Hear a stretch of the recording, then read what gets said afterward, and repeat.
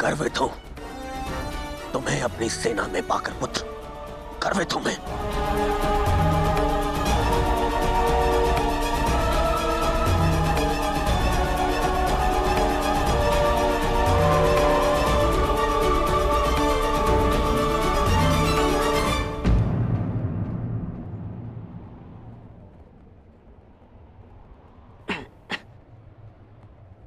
आप फिर से मेरे घाव देख रहे हैं ना पिताश्री? और मैं फिर से यही कहूंगा, चिंता मत कीजिए, ये होगा आपके पुत्र को, और आपका पुत्र आपके मित्र को भी कुछ नहीं होने देगा।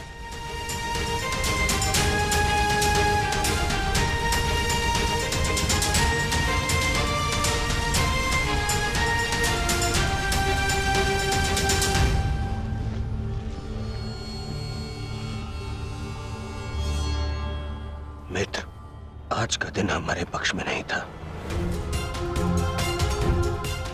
तुम हमारे साथ होते तो कदाचित ऐसा नहीं होता।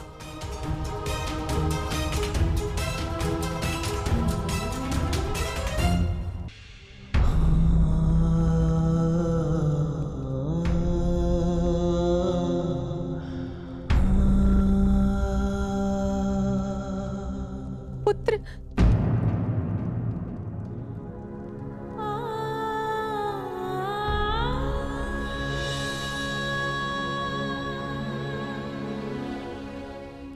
क्या दशा बना दी है इस युद्ध ने तुम्हारी। अरे माता, आप कब आई? माता हूं।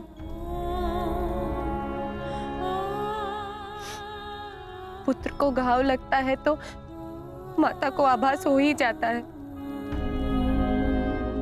मेरे मन ने कहा कि मेरा पुत्र संकट में है, दौड़ी चली आई।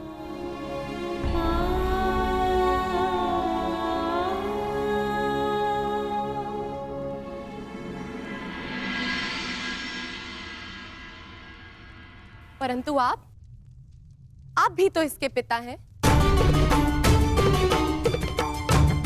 क्या अपने पुत्र की इस दशा को देखकर तनिक भी दया नहीं आती?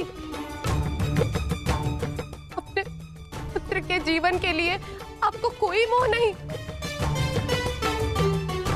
मैंने निश्चित कर लिया है, तुम कल युद्ध में नहीं जाओगे।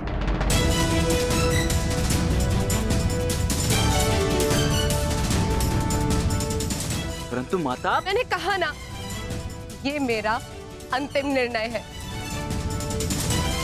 पिताश्री, ये तुम्हारे अतिरिक्त कौरव सेना में और भी कुशल योद्धा है।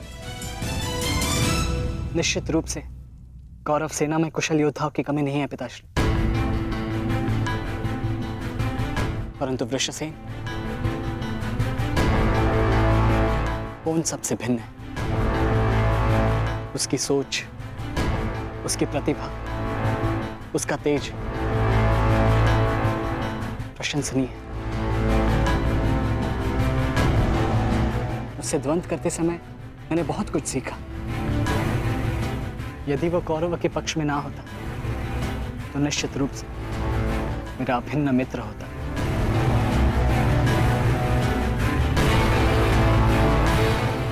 परंतु समझ में नहीं आता कि उसमें इतना तेज आया कहां से। कुछ जन्म से, कुछ कर्म से। वो अंगराज कर्ण का पुत्र है, जिसके मन में मृत्यु का भय नहीं, अपने कर्तव्य की ओर पूर्ण आत्मसमर्पण है।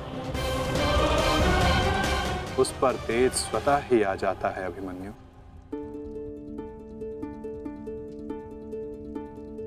मैं अपने कर्तव्य से मुख नहीं मोड़ सकता माता, क्षमा चाहता हूं। आप मुझसे मेरे प्राण भी मांगेंगी तो मैं अभी अपना शीश काटकर आपके चरणों में रख दूंगा, परंतु मैं अपने वचन से विमुक्त नहीं हो सकता माता। वचनबद्ध हूं। मैं युद्ध में पराजित होकर लौटने वाला नहीं।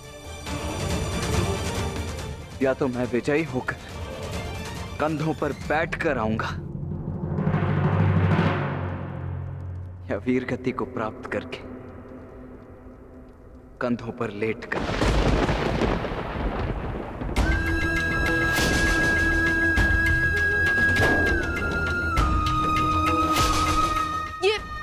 ये आपका पुत्र क्या बोल रहा है? अब आप सुन रहे हैं ना? मैं आपसे हाथ जोड़कर विनती करती हूँ स्वामी, रोकिए इसे। आप ऐसा कैसे होने दे सकते हैं? कुछ कीजिए। करना तो तुम्हें है सुप्रिया। ममता और कर्तव्य में संतुलन करना है। तुम एक योद्धा की माता हो, तुम्हें अपने हृदय को कठोर बनाना होगा। मेरी अनुपस्थिति में हमारा पुत्र इस महायुद्ध में अत्यंत मुख्य भूमिका निभा रहा है। मुझे उस पर गर्व है और तुम्हें भी होना चाहिए सुप्रिया। युद्ध में पीछे हट जाने वाले वृषसेन का पिता होने से अधिक युद्ध में बलिदान दे देने वाले वृषसेन का पिता होना अधिक श्रेष्ठकर समझता हूं।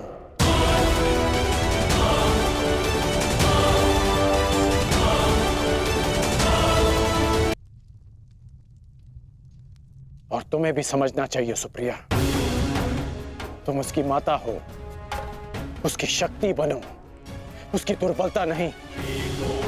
हर मनुष्य अपना लक्ष्य चुनता है और मैंने और वृषसेन ने भी अपना लक्ष्य चुन लिया है। हमारा लक्ष्य ये महायुद्ध है और युद्ध बलिदान मांगता है। और यदि वो बलिदान मेरा या मेरे पुत्र का होगा तो हमसे अधिक भाग्यशाली और कोई नहीं होगा सुप्रिया।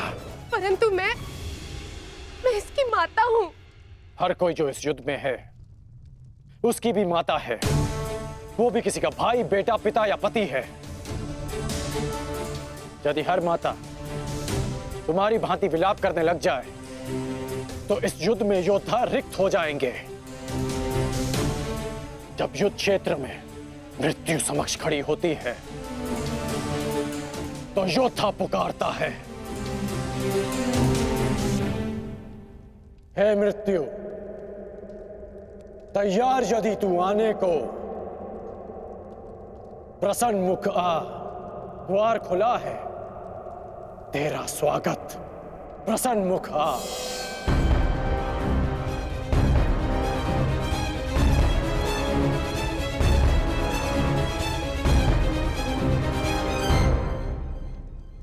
दो महायोद्धाओं के समक्ष एक दुर्बल माता कैसे जीत सकती है?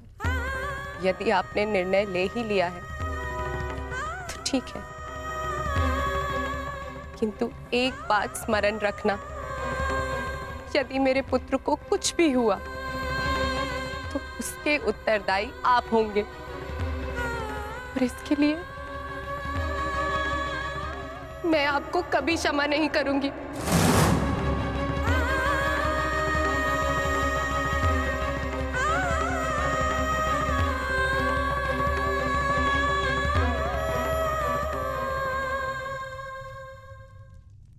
आज युद्ध भूमि में पांडवों का प्रयास था कि दुर्योधन पर वश पालें। कल भी कदाचित उनका यही प्रयास होगा। इस कारणवश हमें सज्ज रहने की आवश्यकता है।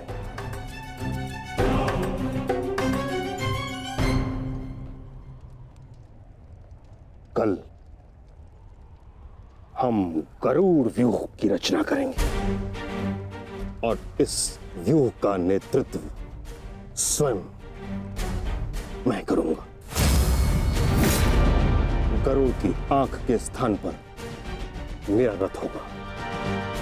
उसके एक पंख पर गुरुद्रोण आप और दूसरे पंख पर अश्वत्थामा, मध्य में मद्रराज शैल्य। और युवराज दुर्योधन अंतिम रेखा पे रहेंगे। कुशल योद्धाओं का दल उनका सुरक्षा चक्र बनकर रहेगा और किसी भी मूल्य पर यह सुरक्षा पंक्ति टूटनी नहीं चाहिए। ये लीजिए, ये नई रणनीति लाए। पितामह, आपकी अब तक कोई भी रणनीति सफल तो हुई नहीं।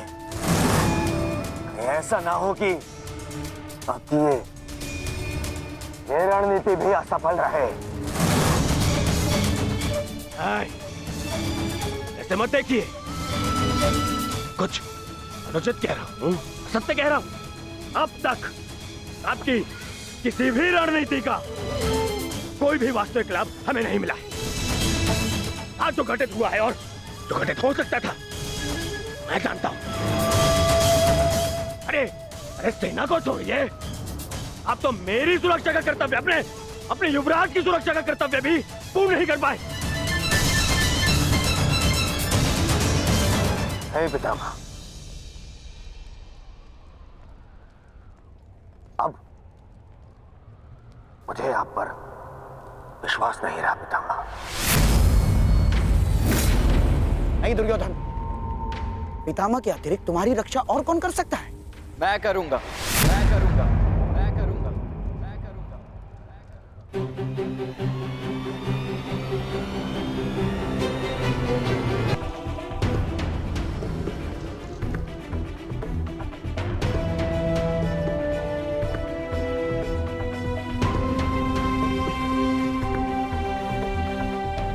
मैं मानता हूं मैं महामहिम के समक्ष कुछ भी नहीं, और मैं हृदय से उनका सम्मान भी करता हूं।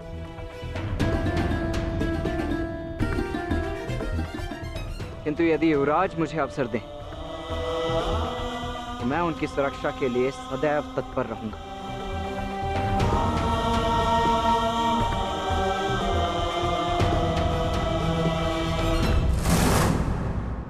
आपका क्या मत है वासुदेव? कल कौरव किस रणनीति के साथ युद्ध क्षेत्र में उतरेंगे?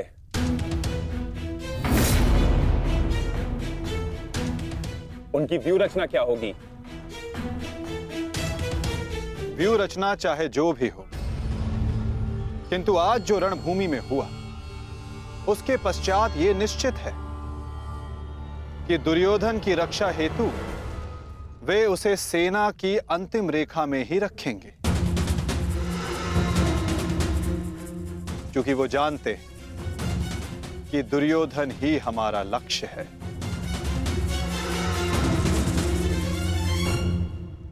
यदि ऐसा है तो फिर हमें कौन से व्यू का उपयोग करना चाहिए माधव? अर्धचंद्र व्यू पार्थ।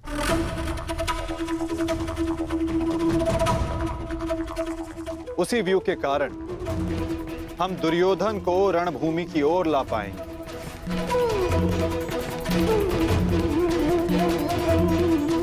और यदि दुर्योधन व्यू से बाहर नहीं आया तो ये उसकी दुर्बलता समझी जाएगी और मानसिक पराजय भी।